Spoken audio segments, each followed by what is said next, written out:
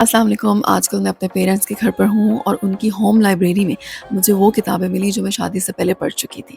तो मैंने सोचा उनमें से कुछ किताबें चूज़ करती हूँ और अपनी यादें ताज़ा करती हूँ। उनमें से एक किताब ये है, इसमें उमैरा अहमद के 6 नॉवेल्स हैं। पहला नॉवल है शहरेज़ाद।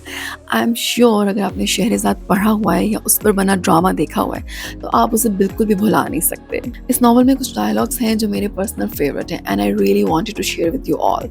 सो पढ़ कर सुनाती हूँ।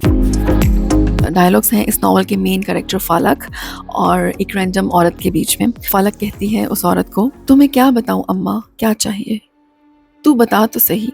औरत ने इसरार किया, बताने से मिल जाएगा क्या? सब कुछ बताने से ही मिलता है, ना बताने से कैसे मिलेगा? मांगना पड़ता है, कहना पड़ता है, मिन्नत करनी पड़ती है। वजूद के नसीब में है भिखारी होना, बस ज़ात भिखारी नहीं हो सकती।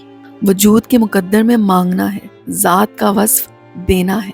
कोई इश्क मांगता है, कोई दुनिया, और जो ये नहीं मांगता वो ख्वाहिश का ना होना मांगता है। और आखिर में वो औरत फलक से कहती है कि तुझे बनाया है उसने तो क्या तुझे छोड़ देगा? कभी माँ मेले में बच्चे की उंगली छोड़ती है? अगर छूट भी जाए तो बच्चा इतना बेकरार नहीं होता जितनी माँ होती है।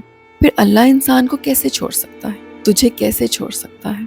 उसकी नज़र में जो एक बार आ जाता है हमेशा रहता है।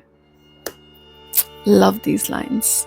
आप मुझे बताइएगा कि आपको शहरेज़ाद नॉवल ज़्यादा अच्छा लगा या ड्रामा?